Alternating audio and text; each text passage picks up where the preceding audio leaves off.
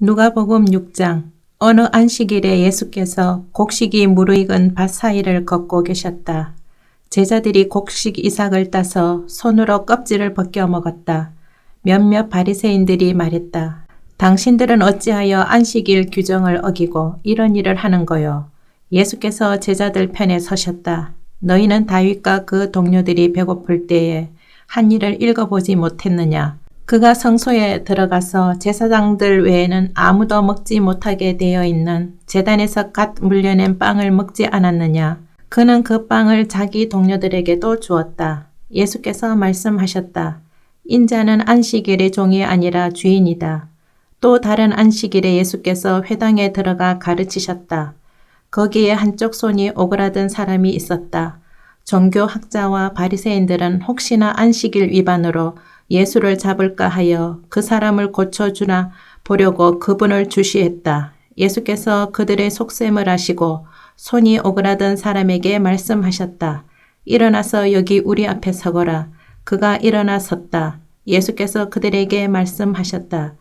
너희에게 묻겠다. 어떤 행동이 안식일에 가장 합당하냐? 선을 행하는 것이냐? 악을 행하는 것이냐? 사람을 돕는 것이냐? 무력한 상태로 버려두는 것이냐? 예수께서 그들을 둘러보시며 각 사람의 눈을 쳐다보셨다. 그리고는 그 사람에게 말씀하셨다. 내 손을 내밀어라. 그가 손을 내밀자 그 손이 새 손과 같이 되었다. 그들은 화가 잔뜩 나서 어떻게 하면 예수께 보복할 수 있을지를 모의하기 시작했다. 그쯤에 예수께서 기도하러 산에 올라가셔서 밤새도록 하느님 앞에 기도하셨다. 이튿날 예수께서 제자들을 부르시고 그들 가운데서 다음 12명을 정하셔서 사도로 임명하셨다. 예수께서 베드로라는 이름을 지어주신 시몬, 그의 동생 안드레, 야고보, 요한, 빌립, 바돌로메, 마태, 도마, 알페오의 아들 야고보, 열심당원이라 하는 시몬, 야고보의 아들 유다, 그분을 배반한 가룟 유다. 예수께서 그들과 함께 산에서 내려와 평지에 서시자 제자들이 그분 주위에 둘러섰고 곧이어 유대와 예루살렘과 심지어 해안 지방인 두로와 시돈에서 온 큰 무리도 모여들었다. 그들은 그분께 말씀도 듣고 병도 고치려고 온 것이었다. 악한 귀신에 시달리던 사람들이 고침을 받았다. 모든 사람이 예수께 손을 대려고 했다. 예수에게서 아주 강한 능력이 나와서 수많은 사람들이 나았기 때문이다. 예수께서 이렇게 말씀하셨다. 모든 것을 다 잃은 너희는 복이 있다. 그때에야 너희는 하나님 나라를 찾게 될 것이다. 굶주림에 지친 너희는 복이 있다. 그때에야 너희는 메시아의 음식을 먹을 준비가 된 것이다. 하염없이 눈물 흘리는 너희는 복이 있다. 아침이 되면 기쁨을 맞게 될 것이다. 누군가 너희를 깎아내리거나 내쫓을 때마다 누군가 내 평판을 떨어뜨리려고 너희 이름을 더럽히거나 비방할 때마다 너희는 복을 받은 줄 알아라. 그들이 그렇게 하는 이유는 진리가 너무 가까이 있어서 그들이 불편을 느끼기 때문이다. 그런 일이 일어날 때 너희는 기뻐해도 좋다. 아예 어린 양처럼 뛰어놀아도 좋다. 그들은 싫어하겠지만 나는 좋아하니 말이다. 온 천국이 박수를 보낼 것이다. 또한 너희만 그런 일을 당한 것이 아님을 알아라. 내 설교자와 증인들은 언제나 그런 대우를 받았다. 그러나 너희가 다 갖춘 줄로 생각하면 화가 있다. 너희 가진 것에서 더 얻을 것이 없을 것이다. 자기 자신으로 만족하면 화가 있다. 너희 자아는 오랜 만족을 주지 못할 것이다. 삶이 온통 재미와 놀이인 줄 알면 화가 있다. 고난이 기다리고 있고 그 고난이 너희에게도 닥칠 것이다. 다른 사람을 치켜 세우는 말과 비유를 맞추는 행동으로 사람에게 인정을 받으려고 하면 화가 있다. 사람의 인정을 받는다고 해서 진리의 편에 있는 것은 아니다. 얼마나 많은 악당 설교자들이 너희 조상의 인정을 받았는지 생각해 보아라. 너희가 할 일은 진실하게 사는 것이지 인기를 얻는 것이 아니다. 진실을 맞아들일 준비가 된 너희에게 내가 말한다. 너희 원수를 사랑하여라. 원수가 어떻게 하든지 너희는 최선의 모습을 보여라. 누가 너희를 힘들게 하거든 그 사람을 위해 기도하여라. 누가 내 뺨을 치거든 그 자리에 서서 맞아라. 누가 내 셔츠를 움켜쥐거든 내 가장 좋은 외투까지 잘 포장해 선물로 주어라. 누가 너를 억울하게 이용하거든 종의 삶을 연습하는 기회로 삼아라. 똑같이 갚아주는 것은 이제 그만하여라. 너그럽게 살아라. 여기 간단하고 유용한 행동 지침이 있다. 사람들이 너희에게 무엇을 해주면 좋겠는지 자문해 보아라. 그리고 너희가 먼저 그들에게 그것을 해주어라. 너희가 사랑할 만한 사람만 사랑하면 칭찬을 바랄 수 있겠느냐? 그것은 죄인도 늘 하는 일이다. 너희가 너희를 돕는 사람만 돕는다면 상급을 바랄 수 있겠느냐? 그것은 죄인도 흔히 하는 일이다. 너희가 받을 것을 바라고 베푼다면 그것을 베품이라 할 수 있겠느냐? 아주 인색한 전당포 주인도 그 정도는 한다. 내가 너희에게 말한다. 너희 원수를 사랑하여라. 보상을 바라지 말고 돕고 베풀어라. 내가 장담한다. 절대로 후회하는 일은 없을 것이다.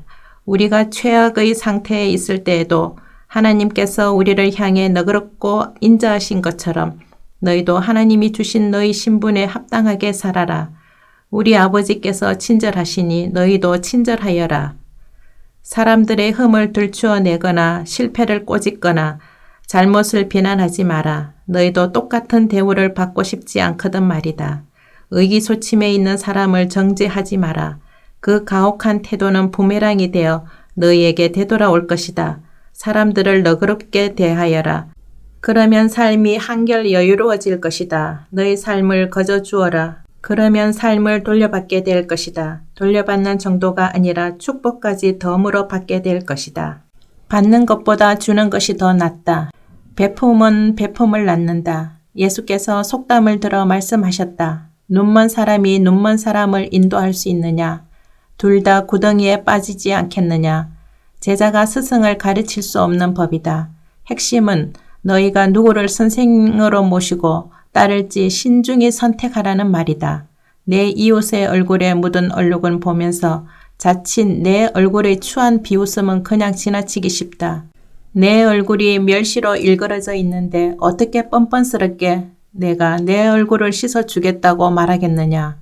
이는 내가 너보다 잘 안다는 사고방식이며 자기 몫을 살기보다는 남보다 거룩한 척 연기를 하는 것이다. 내 얼굴의 추한 비웃음부터 닦아내라. 그러면 내 이웃에게 수건을 건네줄 만한 사람이 될지도 모른다.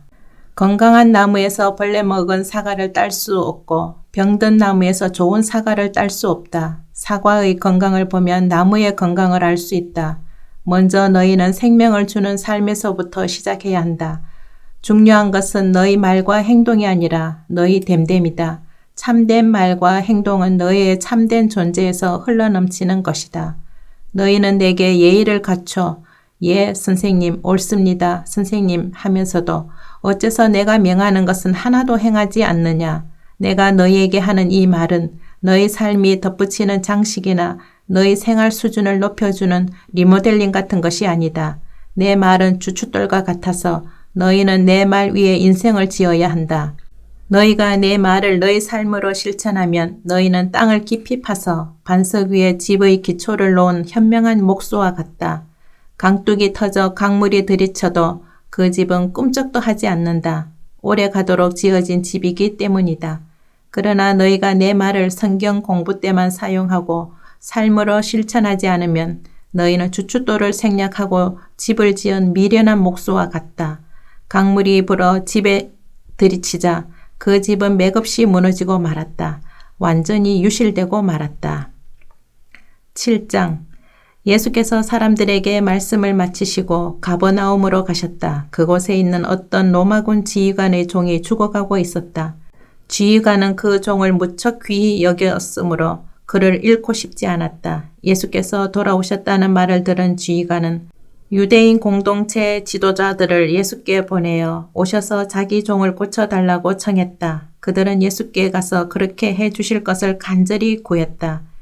이 사람은 선생님께서 요청을 들어주셔도 좋은 사람입니다.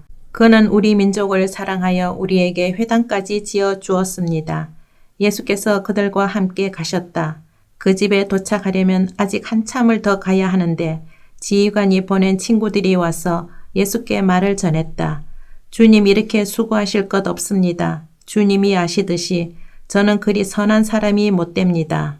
주님이 저희 집에 오시면 제가 당황스럽고 제가 주님 앞에 직접 나서기도 그렇습니다.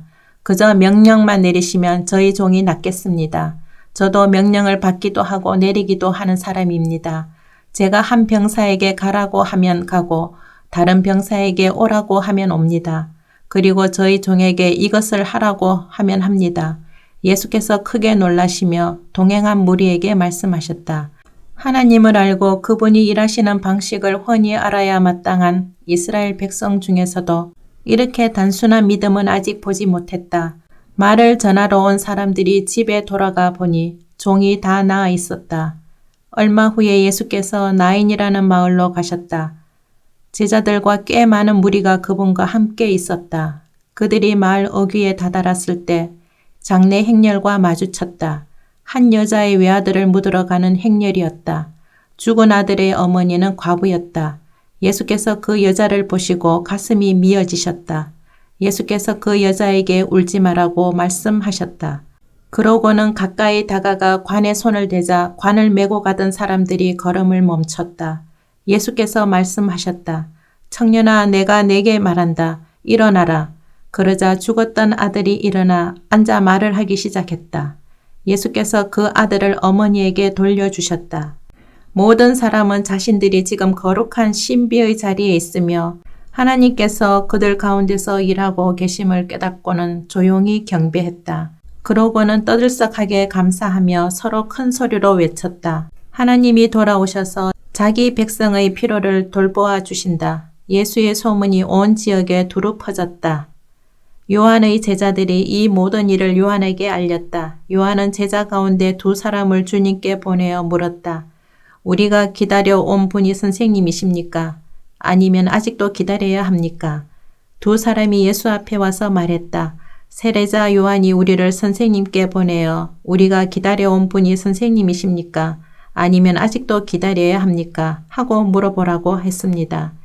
예수께서는 몇 시간에 걸쳐 질병과 고통과 악한 귀신으로 시달리는 많은 사람들을 고쳐주시고 눈먼 많은 사람들의 눈을 뜨게 해주셨다. 가서 방금 너희가 보고 들은 것을 요한에게 알려라.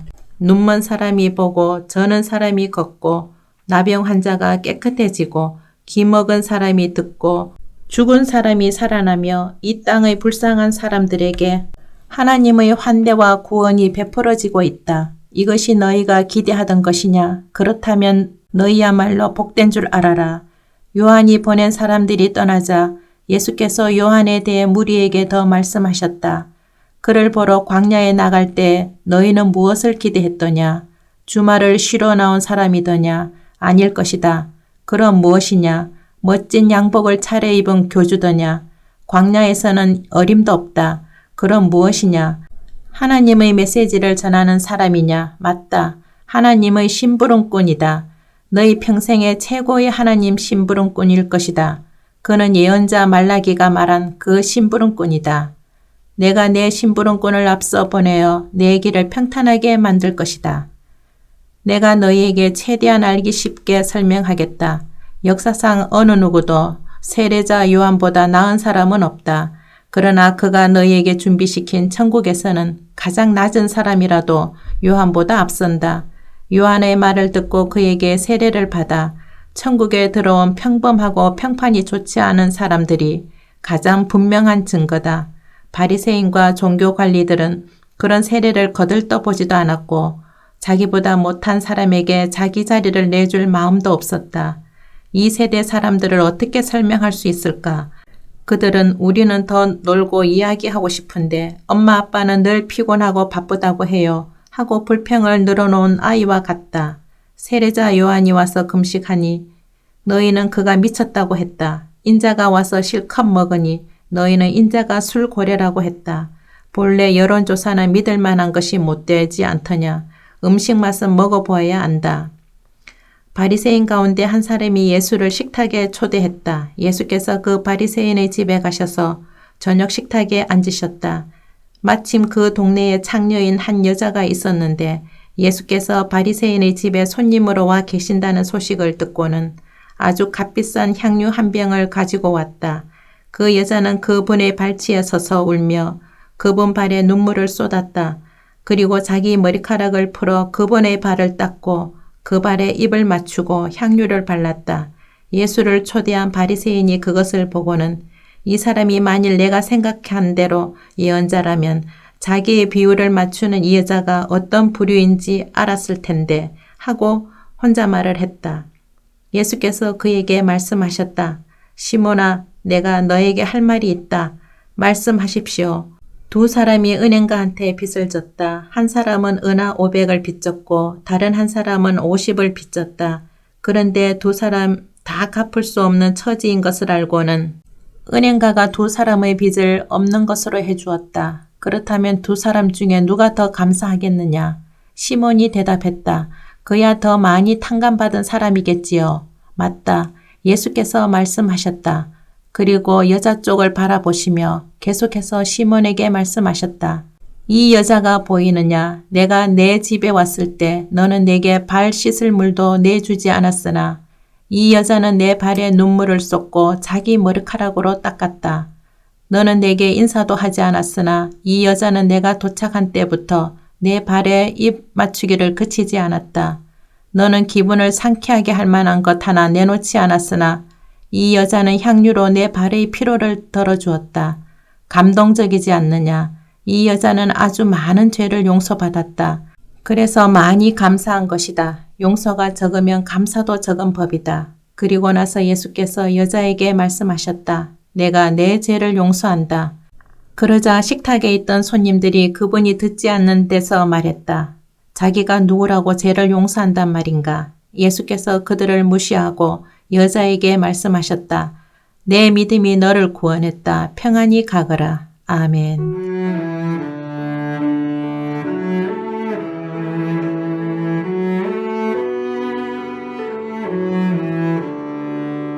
오늘도 말씀으로 승리하시길 바랍니다.